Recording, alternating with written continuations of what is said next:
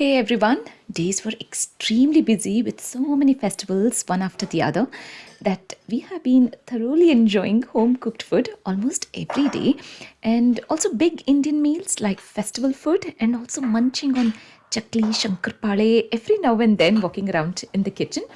And now we are craving to eat Western food. Do you all feel the same as well after festivals? So today I thought of making pizza at home with a little twist.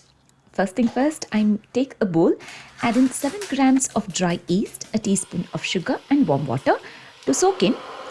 We give it a stir, ensuring there is no lumps, and cover it up tightly with a cling film for the yeast to rise up.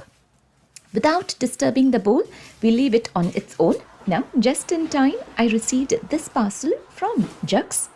Anna Wood, founder of Jugs, educated herself on freeze drying while she was doing her masters at the University of Cambridge.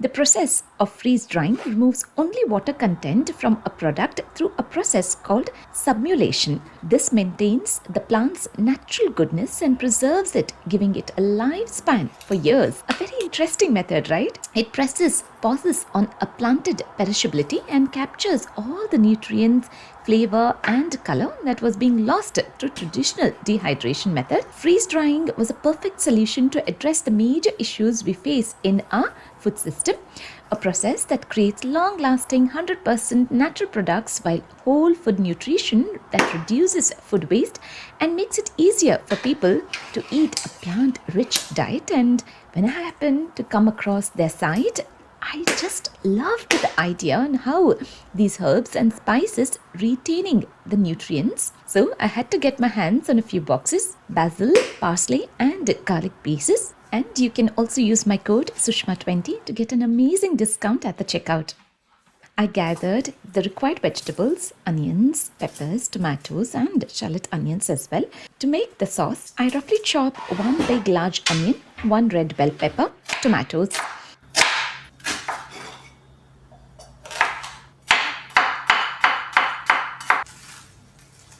Now with all the chopping, I can see the yeast has nicely rised up. So let's make the dough ready first. In a big large bowl, I add 2 cups of maida, plain flour, 1 cup of chapati ka atta, wheat flour, salt to taste, 30 ml of olive oil, yeast. I combine it well with my hands first and then add in warm water. Now maida, plain flour, takes in a lot of water with time, so we want it to be soft, in which way it will get a lot of space and a lot of room to rise up and fluff up as well. If we make the dough just soft, it will harden up with the time and it will not rise. So a good moisture is very much important for the pizza dough to rise up. I apply oil onto the bottom and to the sides of the bowl. Greasing up is important, and then we keep the dough inside. I cover it up with a cling film, nice and tight and firm, keeping it in a space which is not disturbed. I'm using the air fryer, but you can use a drawer, a cabinet. It's entirely left up to you. And we let the dough to rest for a good 2 hours time. And meanwhile, I make the sauce ready in a pan. With a tablespoon of olive oil, a teaspoon of caraway seeds, garlic cloves, 1 large onion. We saute it and then add in the bell peppers. I'm using red specifically for this one, and then add in the tomatoes. I sprinkle in salt for the tomatoes to soften faster and cover it up with a lid.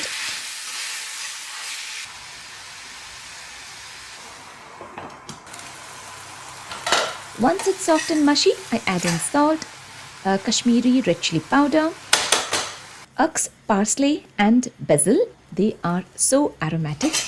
I wait for it to cool down completely before grinding it into a smooth paste. I chop up the rest of the vegetables for the toppings. I have mixed bell peppers, shallot onions, olives, pineapples, jalapenos, basil leaves, and that I keep all of them ready. I have 2 different varieties of cheese. I'm using grated mozzarella cheese and fresh mozzarella as well.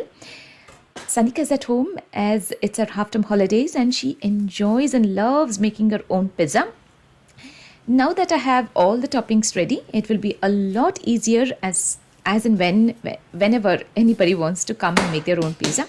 Keeping things ready like this is a lot helpful that you don't have to be in person making it for them. They can just make it for themselves. The dough has risen up very well and it has become super soft, airy and fluffy. I use my big, large wooden chunky chopping board. It comes in very helpful, not just for chopping, even to flatten down the dough, especially the pizza base. Dusting it as and when needed with plain flour and roll down the dough into thin flat base because we like it this way. And if you want it to be thick, you can roll it as thick as well if you want to.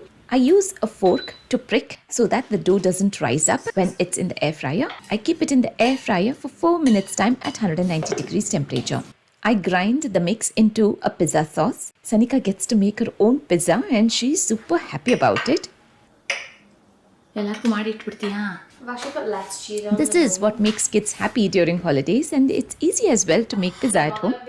It's not very tedious at all, and this is how I make pizza for me. I just roll the dough, prick it with a fork. I'm using grated mozzarella cheese at the sides all over, and then I sprinkle in red chili flakes on top to make it more like a masaledar, like really strong and pungent. I roll the dough over the cheese and stuffing the cheese at the edges this way, neat and tidy, so that the cheese doesn't ooze out from the sides. Adding in plenty of pizza sauce in the center, and then add in very little of mozzarella cheese, olives, pineapples, jalapenos in plenty because this is how I like my pizza to be really nice and hot. Fresh basil leaves as well, sweet corn, adding in pizza seasoning and a little bit of more chili flakes, fresh mozzarella on top, and grated mozzarella cheese as well. I have to admit one thing, if you're planning to do this at home, make sure to do this in the air frying tray. Once you have rolled in the dough on the chopping board, keep the dough in the air fry tray and then may add in the pizza toppings to it, because it was really difficult for me to lift up the whole of the thing from the chopping board as it became super heavy and the dough was really soft. Transferring it into the air fryer tray that you can slide in straight away into the oven. I'm air frying it to be baked for 7 minutes time. I thoroughly enjoyed my pizza, which was filled with cheese and a lot of toppings. As I'm heading to an event called Denim Done Differently, first of its kind, happening in Newcastle. This event is hosted by my friend Shilpi, who is an amazing person and a great fashion influencer that I look up to. So I'm trying my best to create something at home with whatever I have. This is a very old denim skirt that was dumped deep down in my wardrobe. I pulled it out and I'm planning to use this skirt as a corset, a long corset top, for which I'm going to cut open the top section and get rid of it. That's why I chose this old denim skirt, so that I can play around with it. And I also took out the pockets at the back because they are just looking quite uneven with them being trimmed in half, keeping me active and busy. So this is what I did for today, and I'm still waiting for a lot of things to come the following day, as I've placed an order on Amazon Prime. So I'm just waiting for them to turn up. Next morning, I had soaked in chana in water overnight. I'm planning to make potato chana methi balls, flavorful dumplings that tasted absolutely amazing, and I would highly recommend you all to try this recipe. It is a super quick recipe as well, just needing very little things. So I've set the chana to be boiled in the pressure cooker for 2 whistles along with 3 potatoes. Parallelly, I have measured 200 grams of pasta, giving it a wash and soaking it in water for 30 minutes time.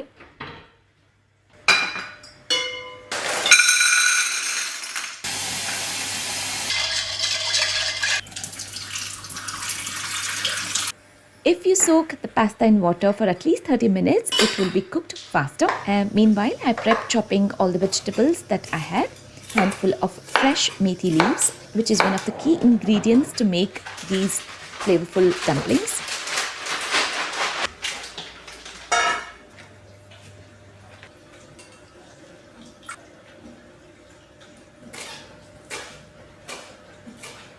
I'm rehydrating these garlic pieces by adding in water into them, or you can also rehydrate the herbs in olive oil. How interesting is this? The best part of using UX, it reduces the chopping time in kitchen. I set making the pasta now. As you can see, the pasta has changed its color and it has nicely absorbed the water. I set it to boil. I love using coconut oil given for any food, and it's a healthier option as well to switch yourself to healthy cooking by using coconut oil.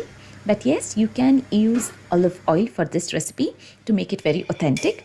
But mine is an Indianized version of making pasta today. So with one big onion finely chopped, and in it goes into the pan along with mixed bell peppers. And once it's sauteed, I add in garlic pieces, adding in all the masalas, a teaspoon of Kashmiri red chili powder, 2 teaspoons of Everest pav bhaji masala, salt to taste, dry parsley. I give it a good mix.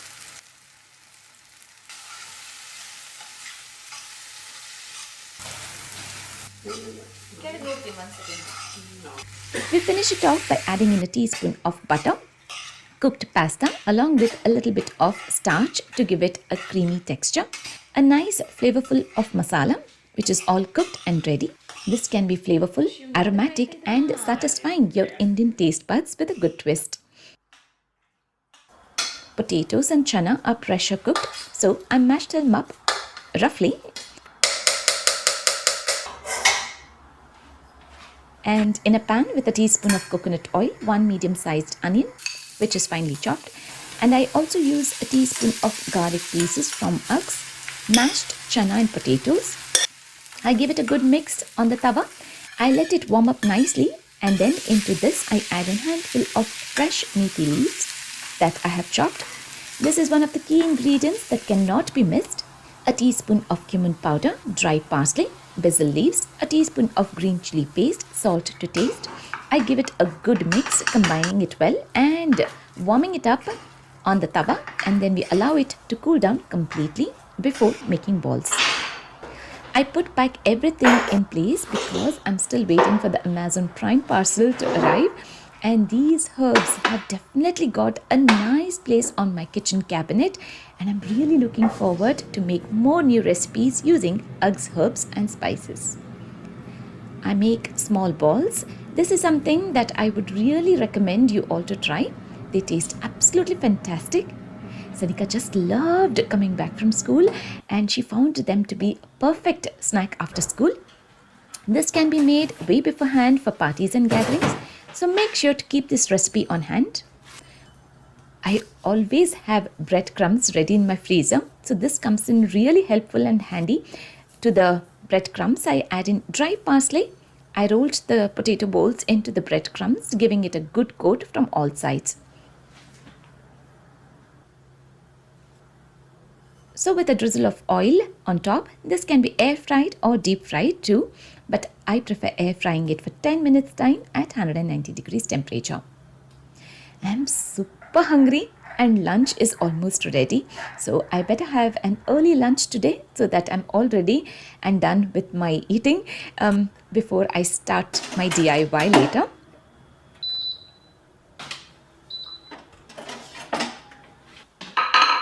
So here we have a very Indianized pav bhaji pasta and methi potato dumplings. I sprinkle in Parmesan cheese, but this is optional. You can add in any cheese of your choice, or you can enjoy it just on its own.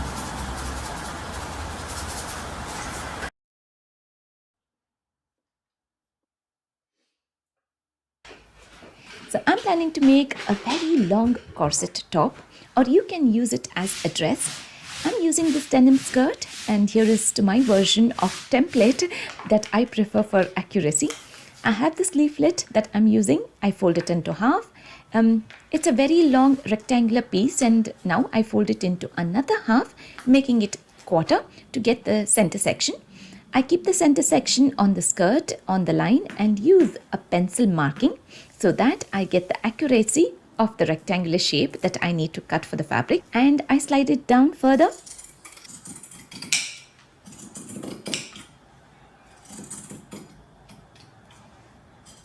I want the fabric to be cut until this point. Very accurately, I can cut, and paper cutting stencils actually helped me. I haven't got the skill and art of stitching, As I haven't learned stitching myself, these are the certain things that we can do using little knack and technique to get the accuracy. So after cutting, I have a few more jeans denims of my children that can be actually mixed and matched well and pair it up. I think it will go for this denim jumpsuit. I trim off the top section. This can definitely be used as a crop top is what I feel, but I'll work on this later for Sanika. For now, I'm using the bottom section. I trim off the pockets as well and keep them aside.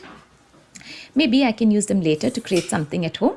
With less time on hand, let me focus on what is needed right now. I'm using the long length of denim trousers from top to bottom. For the remaining bit of the fabric, I'm using to make a masquerade. I have this mask that I'm using from a goodie bag of my children. I found it in the drawer, so I'm creating a masquerade using this as a stencil, and also I want an extended version of the masquerade. So this is the picture that I have on mind on how I want to create it. So just a freehand sketch, continuing it, and I created a newspaper stencil. Once I'm happy with it, I cut it out and use this paper stencil on the denim. See, now if I keep the stencil cut out on the denim like this on the fabric, I'll be wasting a lot of fabric. But if I place it like this, I'll be using very little of fabric, and I don't want to waste any fabric. I've got to make the most of whatever I have. So again, I make a pen marking onto the denim and then I cut the fabric. When I reached a point of making the eye shape, what I do is I fold the fabric and cut in the center to create a space so that scissors can make its way and give a good shape for the eye, which is right in the center. I used a foam sheet for the backing as the denim is super soft, so it definitely needs a good support. This foam sheet is soft but still has a good grip to hold on. It's not flimsy and soft. I used a very long fabric of the trousers from top to bottom to make thin long strips to create shoelaces for the denim event. I thought, why not? Whatever I wear for the day, if I add in little touches of denim onto it, then it will be perfect for the event. So this is just a simple idea, but it looks really good. I'm using my trainers. I pull out the laces from my shoes, pierce safety pins on both the ends, and I just use it as a lace. It looks really cool, really funky and perfect and apt for the denim event. So I keep them ready to this point. And now I continue for the skirt. I give a good fold and giving a running stitch using my sewing machine. Luckily, this denim skirt is not super thick. It was just perfect enough to get into the sewing machine, as I have a very basic sewing machine at home. Once I stitched the denim skirt edging it, I'm using the remaining fabric of the jeans to cover up the back of the corset. So I cut a rectangular piece. I just give a simple running stitch first to this fabric and place it inside the slot, and then before I stitch it, I pin it up a little distance so that the fabric stays firm and it will not be moved. And when I'm stitching it, it gives a good grip and the fabric will remain attached to one another. I've given it a stitch from all sides.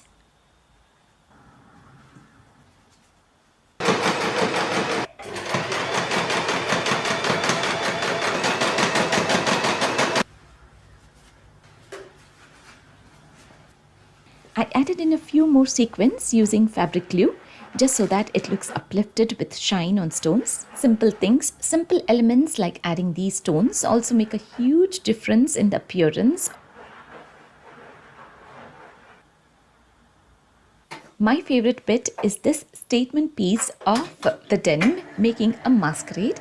So I use my Cricut Maker 3. These are some of the designs that I have chosen from the Cricut design space. I'm using gold smart iron-on vinyl.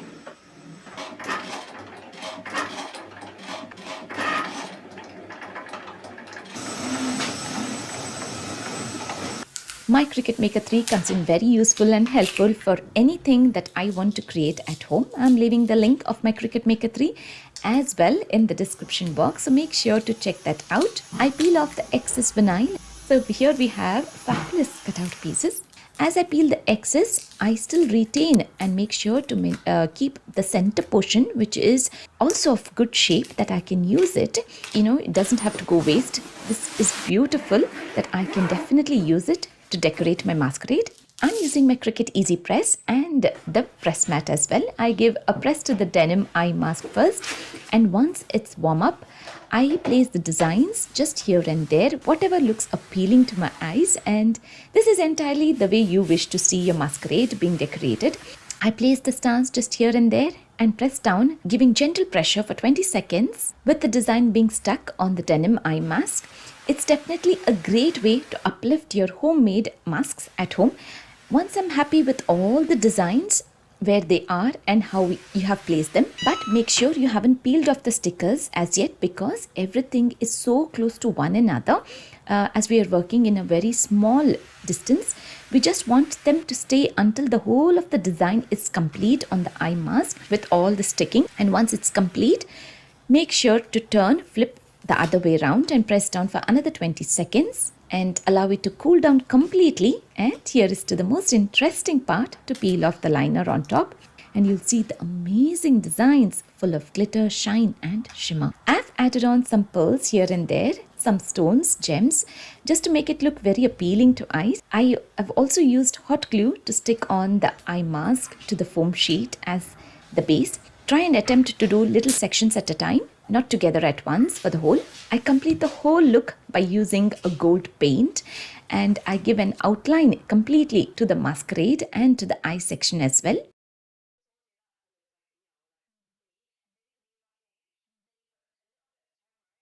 Now I continue with the skirt, creating into a corset. I use my pencil and the scale marking to get the accuracy to punch holes at the back. For this, I'm using a wooden plank that was left at home just for me to do the DIY purpose.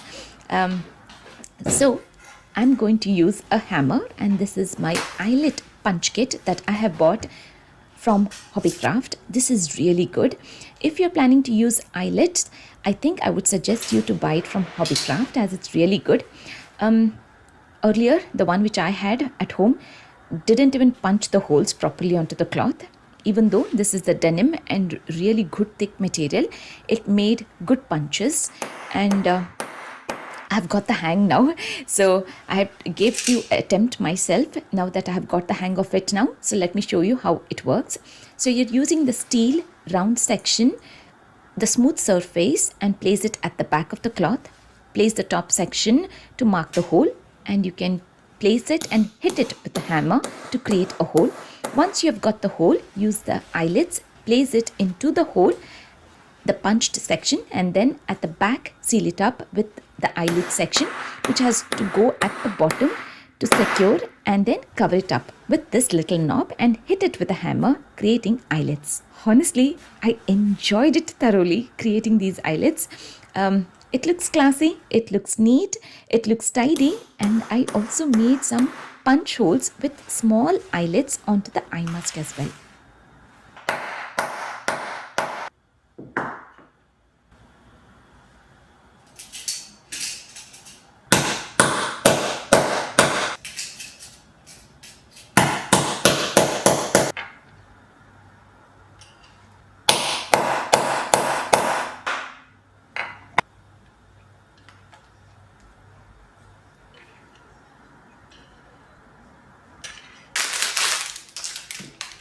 So I bought this beautiful golden lace pack online. Now here is the most trickiest part of getting the lace on in zigzag lines to create a corset. I was actually struggling about it as it was my very first time as well. So it was important for me to take out the stitched material, the extended part that I had put the fabric on. And only when I took it out, that's when I was able to put this lace on. So it's basically like getting the shoelace on in crisscross lace lines. And once I got this, I again restitched the fabric to cover up the patch. So yeah, if you're planning to do this at home, please put the lace on first and then get the extra fabric attached at the back. I kept a nice big length of the satin ribbon free flowing to tie the bow. I'm really happy with the outcome. And honestly, it looks really classy, just the way I expected it to be.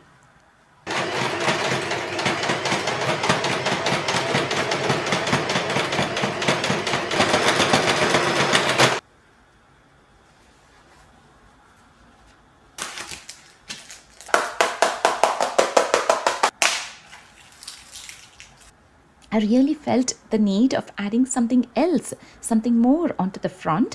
So I had ordered for some multi-size, different size of half pearl in white that I just randomly placed here and there on top section of the corset. Just what looks good, like appealing to the eyes. And it looks really nice. Adding on these pearls has definitely uplifted this old denim skirt. Now to finish off the masquerade, I'm adding in nice big bunch of colorful feathers. I place the feathers first to make sure how it looks, and once I'm happy with the colors, the way that I have placed, nicely mixed and matched, I lift up the masquerade from top and use a sticky tape, sealing them first, a few at a time in row, just the way it's placed. It will just stay exactly how it is meant to be. I've added on a few more traditional sequins onto the mask, and then I've just got the hot glue using these rows of feathers that I had sticked, placing them on top of each other. Hot glue is really nice and firm, which holds the feathers in place the way I have created the layering of the feathers, and then finished it off by sticking it onto the mask, adding on black lace to the mask to tie it around my head. On the day before I left, I felt the need of adding in some bright Indian colors to my denim. That's what would make me complete. Indian touch, Indian colors are such a must for me, is what I feel. So I used this bright, beautiful, multicolored langa of Saniku Chotu. It's already in lines, so I didn't have to do much about it. I cut them in the long strips. I give a stitch from all sides, creating like patches, ready patches, and then used blue tack, but you can use body tape as well, which will stay firm, and just rough patches, onto the denim at the bottom. And this is my final look. I'm really happy with the outcome. I've paired it up with rouge white top. This is the theme for the Denim Done Differently, which was titled as La Rouge Soirée. I hope I've got it right in pronouncing the words. So this fabric, this type of top is called as rouge. And yes, I'm wearing denim very differently. A long corset over a jeans, and a lot of DIY, which I wouldn't have worn otherwise. And here I am at the venue. This evening was a very casual, fun-loving event with lots of people, beautifully dressed in denim in their own style, quite unique from one another. And these are my friends, Chaitra, Shreya, and Mansi. This event had it all from fun, taking pictures, lots and lots of photographs, laughter, catwalk, collection of lines from different designers, and plenty of food that I enjoyed to the end. Thank you so much for watching this video in full. I really hope you have got plenty of ideas watching this video to create something for yourself or for your loved ones. See you all again soon in my next video. Take care for now. Bye-bye.